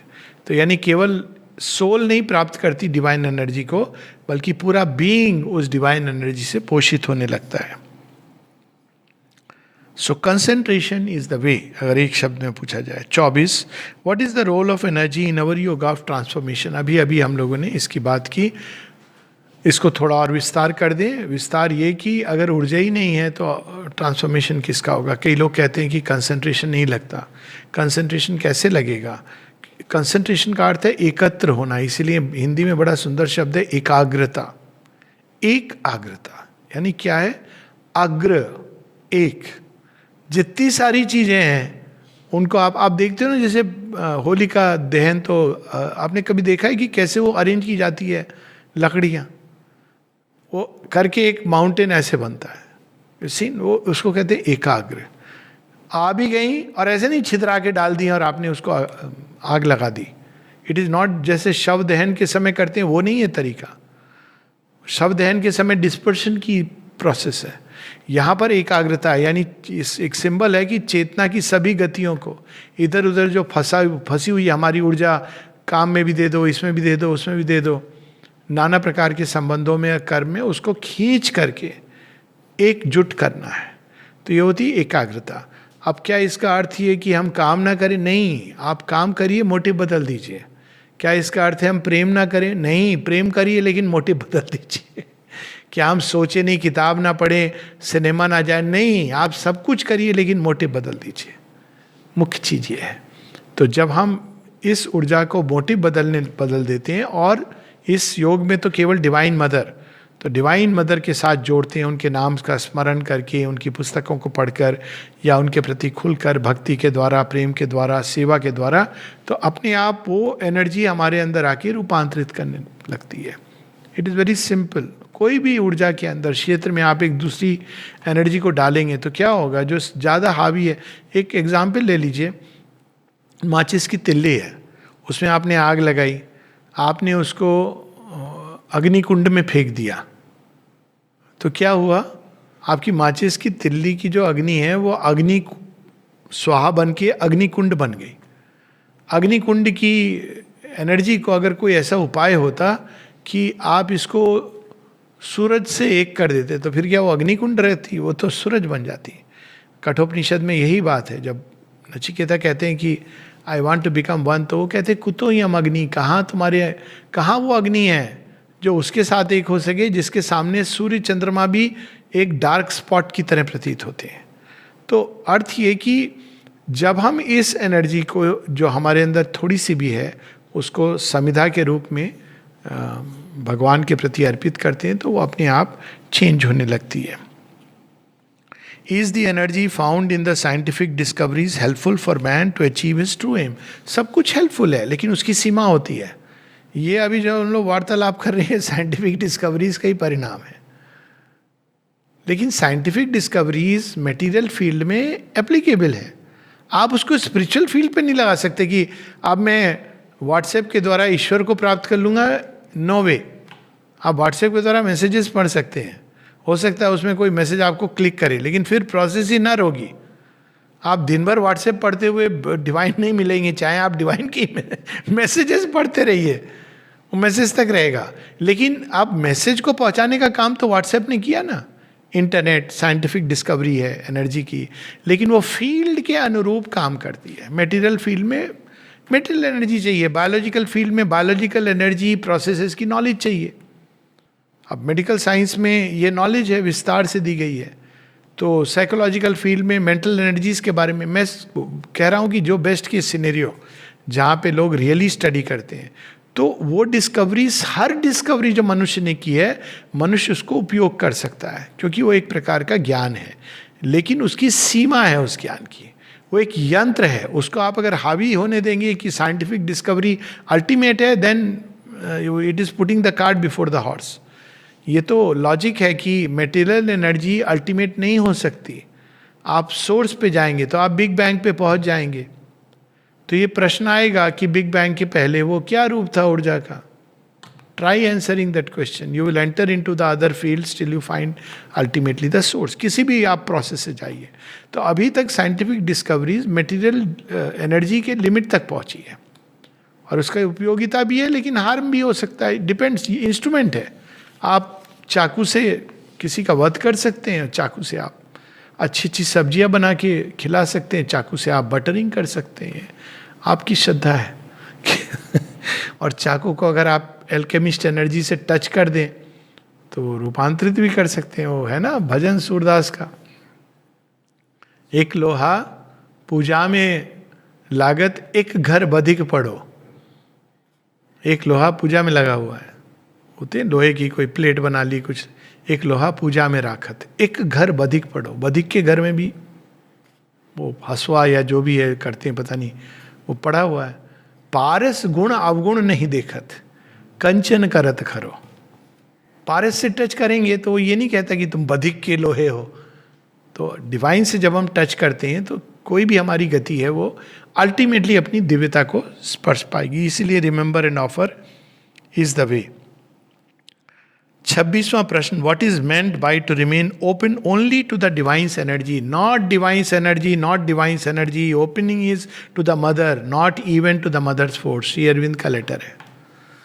ये बहुत डेंजरस सोच हो सकती है एनर्जी को के प्रति ओपन, प्राणिक हीलिंग में सब वी डोंट नो। वो एनर्जी का ऐसा विस्तार है, कौन सी ऊर्जा कहाँ पकड़ लेगी कुछ पता नहीं चलेगा।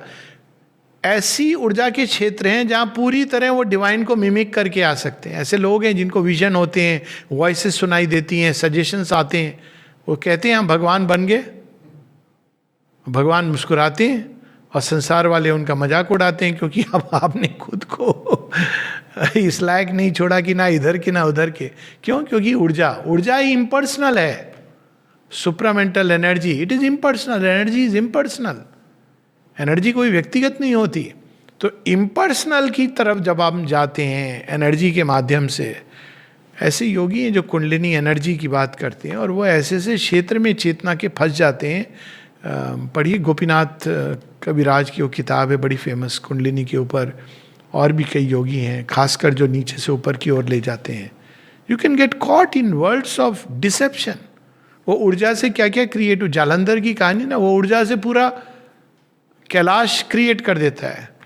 और किसको ले जाता है, ये इंटरेस्टिंग स्टोरी है, सिंबॉलिक है।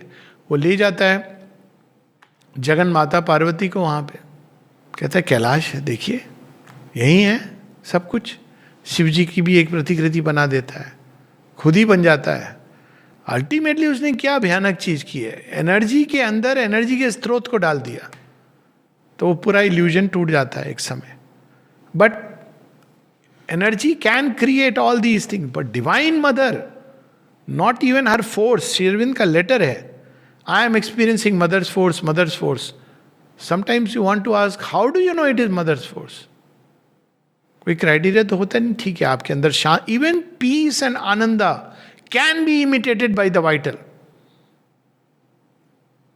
तो just open to the mother, open by any means, read her books. Simple तरीका, माँ ने स्वयं जो कहा है वो बात कर रहा हूँ। माँ से पूछा कैसे हम आपकी ओर खुलें, आपकी पुस्तकें पढ़ें तो हम आपकी ओर खुलेंगे। माँ ने कहा यस गुड, हम यदि आपके नाम का स्मरण करें तो आपकी ओर खुलेंगे। Very good, if we meditate and concentrate upon you, is it a way to open to me? Very good, excellent. Thinking about you, yes, good. Discussing about you, she said, हाँ dangerous. डिस्कशन में इंसान कहाँ पहुंच जाता है व्यर्थ की चीजों में। तो इट कैन वर्क। अब जैसे रामायण की कथा, अगर कोई ऐसी चीज हो जहाँ भक्ति भाव से आप पढ़िए, देखिए आनंद है। पर रामायण देखिए, एक व्यक्ति जब पढ़ता है राम को तो कहता है राम समान प्रभु ना ही कहूँ। दूसरा कहता है ये क्या बात हुई, आप कहते हो भगवान है, सीता का त्याग कर दिया। तो ये जब जीवन को हम पढ़ते हैं भगवान की, कृष्ण जी के बारे में आज मैं सुन रहा था, कोई कह रहा था तो मैं बता रहा था Krishna ji is so wonderful. तो वो कहते हैं, कहा जाता है हमारे यहाँ कहावत है कि पूजा कृष्ण की करो, फॉलो राम को करो। तो मैंने कहा ये तो बड़ी डेंजरस बात है। बाय द वे राम को फॉलो करना आसान नहीं है। जाइए युद्ध करिए राक्षसों से खड़े होकर, try to follow Ram, is it easy? वो इस कंटेक्स्ट में कि वो एक उनकी वाइफ थी और कृष्ण जी के तो आई सेड कि and it was a lady who was saying, तो मैंने कहा आप सोच लीजिए राम जी को फॉलो करके क्या होगा, सीता माता के क्या सिचुएशन हुई। तो बात ये नहीं है, बात है कि उसको समझो, कृष्ण की लीला का मतलब क्या है, राम की लीला का अर्थ क्या है। तो जीवन का डिस्कशन नहीं, इसीलिए बहुत श्री अरविंद माता जी दोनों ने अपनी लाइफ को पढ़ने के लिए, जानने के लिए मना किया, लिखने के लिए। इसलिए नहीं कि उसमें कोई प्रॉब्लम है, बहुत सुंदर है, पर आप समझना, माँ ने श्री अरविंद का जीवन बिफोर 1910 लिखने के लिए ऋषभ चंद जी को परमिशन दी थी, और बड़ी सुंदर किताब है Shri Aurobindo is life unique. वरना बाद में एडवेंचर ऑफ कॉन्शियसनेस जो एकदम एक इनर पॉइंट ऑफ व्यू से है, वरना श्री अरविंद माता जी के जीवन इतना विशाल है, इतना, और जगत जननी माँ का तो इतना कॉम्प्लेक्स है, मैनी साइडेड है। तो लेकिन बाकी सब चीज़ें, to read her books, their books, to think about her, to meditate on her, to concentrate on her, to call her name, to do japa, ये माध्यम है माँ के प्रति खुलने के लिए।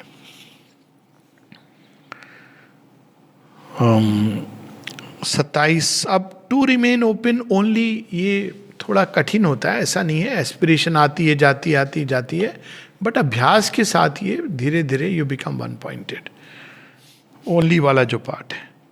27, to the mother is our source of energy. First, let me correct before I come to the question. She is the source of all energy everywhere in creation. एक जो कीड़ा है ना, उसके अंदर भी उन्हीं की ऊर्जा काम कर रही है। पत्थर के ढेले के अंदर भी माँ की ही ऊर्जा है। इसीलिए आप पत्थर को उठा के भगवान समझ के पूजा कर सकते हो और प्राप्त कर सकते हो। लोग ऐसे हैं जो आश्रम की मिट्टी को पकड़ करके जिनके अंदर अद्भुत अनुभव होता है। क्यों? क्योंकि वो मिट्टी नहीं है उस समय, वो ऊर्जा है, उन्हीं की ऊर्जा है। जहाँ उन्होंने स्पर्श दिया है वो एक्सट्रीमली एक्टिव है, जहाँ वो नहीं भी स्पर्श दिया है वहाँ भी यूनिवर्सल। शेरविन से किसी ने पूछा कि डिवाइन मदर, जो हम लोग हैं वो तो डिवोटी, लेकिन वो कोई भी कहीं पर भी चीख पुकार करे तो क्या वो जाती? कहते हैं कि inner universal consciousness is everywhere. लेकिन एक डिवोटी और डिसाइपल के साथ अलग संबंध है। उस संबंध का जो यूनिवर्सल कॉन्शियसनेस में माँ एक्ट कर रही है, वो ले जा रही है महेश्वरी, महाकाली, महालक्ष्मी, महासरस्वती के रूप में, उसको इवोल्यूशन की दिशा में ले जा रही है, अनेकों अनेकों घटनाओं, सुख दुख इसके द्वार से। लेकिन जब हम divine mother inner individual embodiment उनकी ओर मुड़ते हैं तो योगा ऑफ ट्रांसफॉर्मेशन की ओर ले जा रही हैं। ये अंतर है। तब आप चाहें ना चाहें, बिकॉज वो उस तत्व को सामने प्रकट करके लाई हैं, तो आप कैसे भी छुओगे, कैसे भी टच करोगे, द प्रोसेस विल स्टार्ट। कई बार लोग झेल नहीं पाते हैं उसको, क्योंकि इट इज़ टू ट्रमेंडस। तो यहाँ पर आई थिंक प्रश्न का उत्तर आ गया है। प्रश्न ये, but a man who does not know about the divine, how does he receive energy from his day to day works? बड़ी सिंपल है बात, he does not know about the divine but the divine knows about the person. It's not a joke. आप देखिए company में काम करते हैं हम लोग, मैं एयरफोर्स में था, ठीक है, एयरफोर्स का जो सीनियर मोस्ट है पता था कि एयर चीफ कौन है, वो भी कई बार बदलता था, नहीं पता होता था। आपको उस समय पूछा डिफेंस मिनिस्टर कौन है, पॉलिटिक्स में जीरो इंटरेस्ट था, कोई पूछता मुझसे कहता नहीं पता है। लेकिन फैक्ट ये, आर्म्ड फोर्सेस का supreme commander president of India है, इंडिया की बात कर रहा हूं। जो कुछ भी पे, महंगाई भत्ता जो मिल रहा है, अल्टीमेटली प्रेसिडेंट सैंक्शन कर रहा है। ऑर्डर वार का प्रेसिडेंट दे रहा है, आपको नहीं पता है लेकिन उसको ठीक पता है। कैसे पता है? उसके कंप्यूटर में ये डेटा फेड है। ये मानवीय स्तर की बात कर रहा हूं। तो you can even represent to the president. एक सबसे नीचे जो फर्स्ट रैंक का व्यक्ति है आर्म्ड फोर्सेस में, सफाई कर्मचारी, उसको अधिकार है कि प्रेसिडेंट को चिट्ठी लिख सकता है। अब जवाब आएगा कि नहीं वो दूसरी बात है। ये तो क्योंकि ह्यूमन लेवल पर यही चीज रेप्लिकेट हायर लेवल पे होती है। वो जाने न जाने देने वाला वही है। दाता एक राम, भिखारी सारी दुनिया। डिवाइन ही है जो सबके अंदर। वो जाने ना जाने उसे क्या फर्क पड़ता? फर्क पड़ता उस व्यक्ति को। आप जानोगे तो आपको एंजॉय करोगे, नहीं जानोगे तो आप अंधे की तरह दे दो कोई और लाके वो पैसा डाल गया, वो भी एक तरीका है। पर हाथ तो वहीं से रहा है, प्रेरणा वहीं से आ रही है, शक्ति वहीं से आ रही है। जब हम जानते हैं तो डिलाइट होती है, कॉन्शियस संबंध जुड़ता है। जब नहीं जानने से भी पहले जो नहीं विश्वास करते हैं तो वो कठिनाई, ये वो लिखा है ना भगत सिंह ने अपनी बायोग्राफी में कि इट इज़ ईजियर, बायोग्राफी नहीं वो ऐसे है, why I am an atheist, कहता है कि बहुत आसान होता है मेरे लिए कि मान लूँ मैं भगवान हूँ, लेकिन उसकी बात भी सही है कि मैं अपने बलबूते पर जाना चाहता हूँ पूरे उससे। ठीक है, वो भी एक प्रोसेस है, कन्विक्शन है। पर देखिए डिवाइन कब है, Bhagat Singh didn't believe in God but God believed in him, and the result was कि भगत सिंह की मृत्यु ने ना केवल भगत सिंह को इमोर्टलाइज किया, वो बड़ा चाहता था वो कि मैं चाहता हूं कि मेरा नाम हो, ये उसके अंदर ये टेंडेंसी थी, उसमें दिखता है। तो भगवान ने ऐसा नाम बनाया कि वो आइकॉन बन गया, आज यूथ का आइकॉन बन गया, सेक्रीफाइस का आइकॉन बन गया। तो भगवान इस पर नहीं एक्ट करते हैं कि आप मानते हो नहीं मानते हो, जो भी पात्र उपयुक्त है। चर्चिल को भगवान ने इंस्ट्रूमेंट बनाया था सेकेंड वर्ल्ड वॉर के दौरान। चर्चिल भारतीयों को बहुत तुच्छ समझता था। श्री अरविंद ने ये सब नहीं काउंट किया, इंस्ट्रूमेंट बन सकता है बस काफी है। उसका जो ब्रेन था पॉलिटिकल पॉइंट ऑफ व्यू से ब्रिलियंट थिंकिंग थी, तो श्री अरविंद ने उसको यूज किया। उनको जो काम है पूरे से, जब वार खत्म हो गया चर्चिल वॉज लॉस्ट, क्योंकि उसके अंदर कॉन्शियस नहीं थी ये एस्पिरेशन। वार के बाद का Churchill is a crest fallen man, पर वार के समय उसका जो नाम हुआ वो अद्भुत है। तब credit of victory goes to Churchill and Roosevelt. अगर बाहर में इंस्ट्रूमेंट ये दो लोग थे, रूजेवेल्ट तो बाद में आया, तो ये इंपॉर्टेंट नहीं था। श्री अरविंद ही उनको यूज कर रहे थे एज इंस्ट्रूमेंट, वो नहीं जानते थे। चर्चिल तो हिट करता था इंडियंस को, और रूजेवेल्ट उसको क्या पता श्री अरविंद है, थोड़ा शायद पता भी हो क्योंकि पहले फर्स्ट वर्ल्ड वॉर में प्रेसिडेंट की डॉटर आई थी। सो ये जानने नहीं जानने, मानने नहीं मानने पर डिपेंड नहीं करता। Divine is way way way way way beyond, far beyond our conceptions, misconceptions, non conceptions. वो तो ऐसे हैं कि कोई बिलीव करता है एंड ही में से ये इसको तो बिलीव में उलझा हुआ है अपने छोटे से उसमें, ये सोचता है कि मैंने पा लिया। दूसरा व्यक्ति जिसके अंदर विश्वास नहीं पर खोज रहा है, हो तो मुझे दिखाओ, हो तो दिखाओ, नहीं दिखते नहीं हो तुम, तो भगवान पहुंच जाएगा, कहेगा तू बहुत खोज रहा है ना, आजा मैं तुझे ले लेता हूँ। कई एग्नोस्टिक से जो टर्न करते हैं, तो भगवान ह्यूमन बीइंग की तरह नहीं एक्ट करते। तुम मुझे नहीं मानते हो, चलो मैं तुम्हें पनिशमेंट दूंगा। God doesn't, I mean let us not reduce him to that level. How can we draw energy from the universal vital energy? By opening. इसका एक सिंपल उदाहरण है, जब मनुष्य जाता है किसी भी ऐसे स्थान, आपने देखा है मेले में जाते हैं तो मेले की एनर्जी अंदर आती है बाजार में जाते हैं तो बाजार की हम खुल जाते हैं ना। यूनिवर्सल क्या है, जो चारों तरफ विश्व प्राण है। तो बाजार में जाते ही आप गए थे बड़े डल मूड में, फिर उसके बाद चलो आइसक्रीम खा लेते हैं, चलो ये कपड़ा खरीद लेते हैं। क्यों? क्योंकि वो की ऊर्जा के प्रति खुल गए। तो वो तो एक dangerous way. Universal energy is all kinds, there is a cosmic ignorance and cosmic truth. तो इसीलिए, लेकिन वही आप एक पेड़ के नीचे बैठ जाइए, कहते ना कि आप सुस्ताने के लिए बैठ गए और आप बैठे हैं, आपके अंदर ऊर्जा की कमी हो रही है और है नहीं कुछ खाने का सामान और फल भी कोई नहीं दिख रहा, तो आप क्या करते हैं? आप बैठ जाते हैं। और उस समय चूंकि यू आर हंग्री, यदि आप एक पुष्प को भी अपने हाथ में ले लेंगे तो ऊर्जा आ जाएगी। इसे experiment one can do it.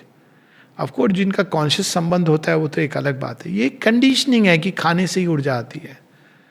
यदि हम खुल जाए नेचर के प्रति, तो आप देखिए माउंटेन्स में जो लोग जाते हैं टाइम टू टाइम, क्या क्लेंजिंग एनर्जी है वहाँ पे।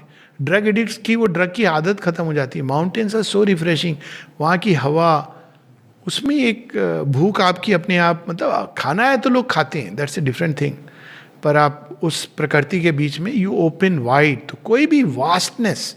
हम क्यों यूनिवर्सल एनर्जी के प्रति नहीं खुले होते? पशु खुले होते हैं, हम लोग नहीं खुले होते। क्यों? Ego, selfish.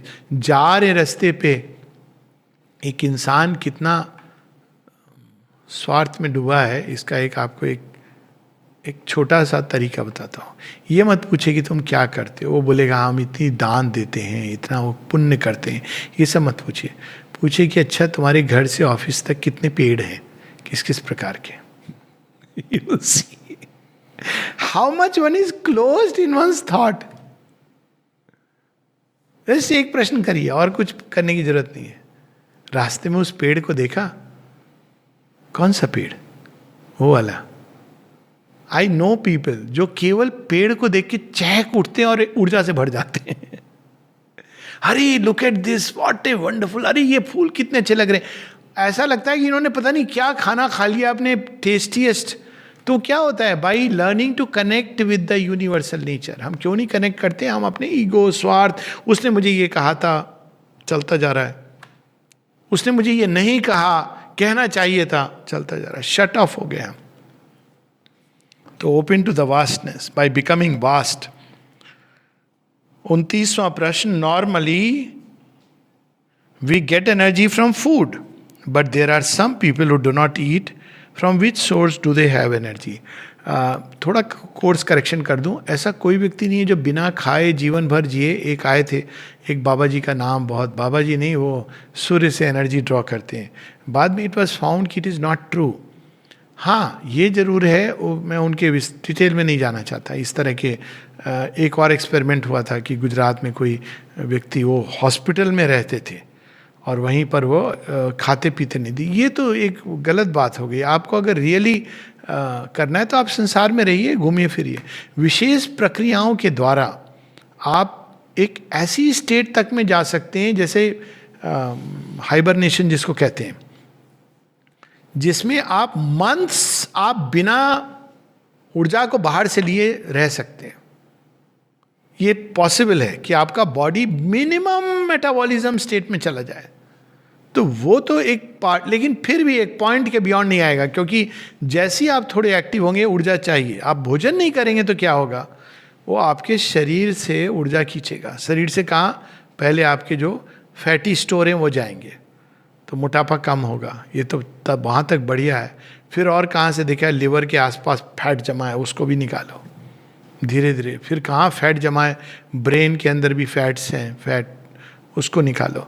शुरू में तो आपको बहुत अच्छा लगेगा, लेकिन कुछ समय के बाद दुर्बलता आएगी, क्योंकि आप फ्लैश कितना, आप फिर मसल से निकालना शुरू करेगा, प्रोटीन से निकालेगा।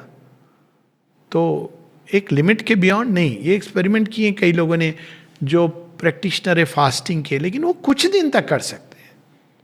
उसमें आप प्राण ऊर्जा के द्वारा चलते हैं। कई लोग जो व्रत उपवास करते हैं प्राणिक ऊर्जा से चलते हैं, लेकिन वो अच्छी बात नहीं है, क्योंकि प्राणिक ऊर्जा आके एक्साइटमेंट क्रिएट करती है।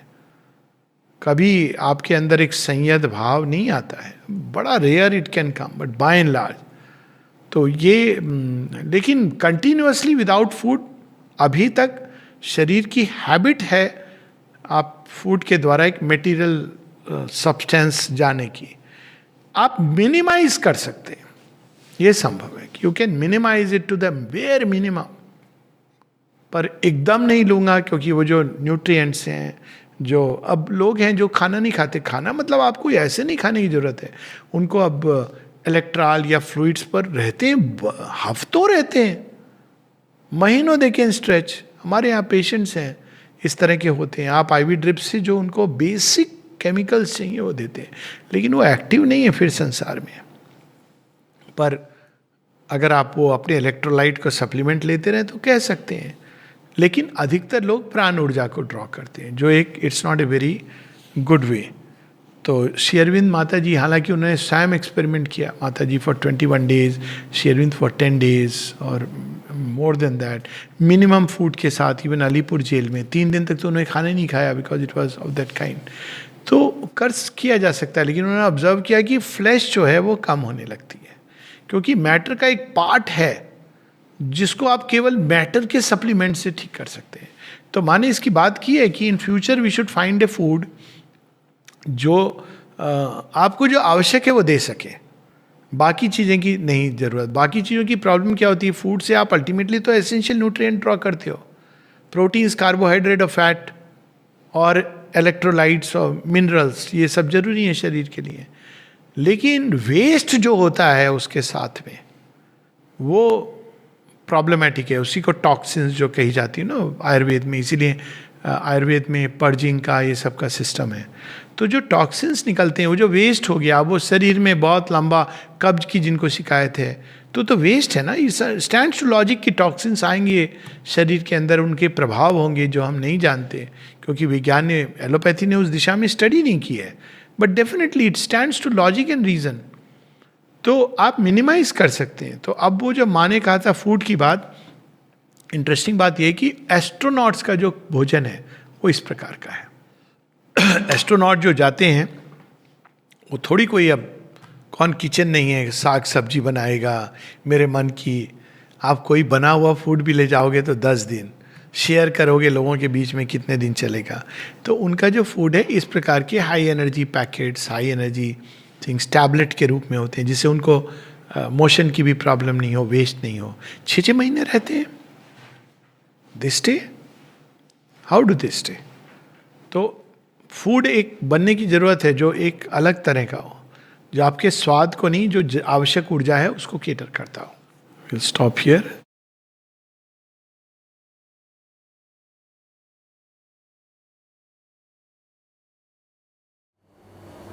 नमस्कार. 16तम राज्यस्तरीय विज्ञान मेलार शेष पर्याय आसी. अन्य सबु वर्ष परी आम ए वर्ष मध्य आसंता वर्षर थीम को उपस्थापित करूँ. मु से थीम उपस्थापित करने को जाऊँगी. साधारणतः थीम गोटे वर्ष आगुरी दि जाए, कारण थीम टी जिते आम जानू ता उपरे कौन करूँ ना चिंता, प्रथमे टिके आम चिंता करूँ, तापरे अनुध्यान आरंभ हो जाए, गवेषणा आरंभ हो जाए, शेष पर्यायर एक्चुअली कार्यटी हुए. किंतु मन भितर आमर थीम टी बुलू थाए. आम जो मैंने कार्य करछु सेमानक भितरे जी एबे जेहेतु ऑनलाइन कार्यक्रम, तेणु निश्चित भाव में अधिक संख्यक अभिप्सु व्यक्ति मानक पाखरे ये थीम टी निश्चित पहुँचब. तांको भितरे कार्यटी सूक्ष्म स्तर में प्रथम आरंभ हम, तापर स्थूल हुए तो शेष पर्यायर हम. आउ ए वर्षर थीम है कॉन्शियसनेस इन प्लांट्स, अर्थात उद्भिद चेतना शक्ति. उद्भिद चेतना अच्छी कि जेहेतु आम श्री अरविंदर अनुगामी, श्री मांकर अनुगामी, तेणु ए विषय माँ अनेक गवेषणा करछंती. आम जदि प्रेयर्स एंड मेडिटेशन ठू आरंभ करी तांकर विभिन्न एक्सपीरियंस, ऑरोविल रो एक्सपीरियंस, जो बरगछर एक्सपीरियंस समस्ते जानती. एपरिकी जदि गछटी कटा हो जाए, डाल कटा हेबाकु थाए, माँ को पचरा होइके कटा जाए. एमिति होइतिला जतेबेले आश्रम रे सर्विस ट्री, जोठी आमर समाधि उपरे जो अच्छी सर्विस ट्री, तार डाल कटा हेबा पई कुहाला. माँ कहले तमे माने सचेतन हो मुंड नुआई चल, से गछर डाल कटा जाई पारिबो नाही. तेणु कॉन्शियसनेस उद्भिद रे अच्छी निश्चित. आउ माँ माँ एक्सपीरियंस करथिबा तांको अनेक कहानी हमको कहिसेंती. जापान रे जतेबेले बगीचा से जाउथिले पनीपरिया गुड़िक से मैंने कहते आमको तोली नियो, आमको तोली नियो. आ जो मैंने मैच्योर हो नथिले, पाकड़ हो नथिले, से माने कहते आमको तोलनी, आमको तोलनी. जो मैंने तोली नियो कहते माँ तांको तोली नौथिले. ये तो माँ का कथा. किंतु आम लेवल आम काम केमिति करिवा. आमे किछि वर्ष तले एक्सपेरिमेंट करथिलु, जोड़ा कि पिला माने मध्य उपस्थापित करथिले गोटे प्रोजेक्ट माध्यम रे. आमर मातृभवन सामने छोट छोट टगर गछ लगा होता, नुआ भेराइटी नुआ ब्रीड. जेते चेष्टा कले मध्य से टगर गछ बंची पारु नथिला. तेणु आम कुनी कुनी पंचम श्रेणी पिला मानकु कहलु तमे कौन करिवो ना जेतेबेले रिसेस हम तांको सहित आसी सांग भली कथबार्ता करिवो. खूब अल्प दिन एक्चुअली छोट पिला से माने आम कथा को बहुत सीरियसली नेले. खूब अल्प दिन भितर जो गछ वर्षे हेलाणी आम ताको उधेई पारु नथिला, से गछ गुड़िक खरा दिन रे खूब अल्प दिन भितर सतेज हो बढ़िबा लगिला एवं सेथिरे फूल फुटिला. से गछ एबे भी बंची एवं सेथिरे फूल फुटुची. ये है गोटे एग्जाम्पल, जो एग्जाम्पल आम ग्रहण कर परिबा जे से गछ गुड़िक पिलामानंक बंधुत्व को ग्रहण कले एवं तांको लागिला एक्चुअली सेठी कोन तांकर किए सांग अछंती एवं से माने प्रस्फुटित होबाको लागिले। ये गोटे एग्जांपल जोड़ा डॉक्यूमेंटेशन हमर हेइथिला। एमिति छोट छोट एग्जांपल आमे नै परिबा। कोरापुट से वर्ष फूल उपर से माने गवेषणा करथिले आनी आसी से माने तांको प्रेजेंटेशन उपस्थापन मध्ये करथिले। सेमथि आमे छोट छोट एग्जांपल आमे नबा ताको प्रयोग करिबा, प्रयोग करी ताको डॉक्यूमेंटेशन करिबा एवं ताको उपस्थापित करबा को चेष्टा करिबा। नेक्स्ट लेवल आमे कोन कोन करि परिबा से धीरे धीरे आपण मानको दे दिया हबो ऑनलाइन माध्यम रे। तेणु मन रखंतु नेक्स्ट ईयर पे थीम रहिला कॉन्शियसनेस इन प्लांट्स बा उद्भिद रे चेतना। धन्यवाद।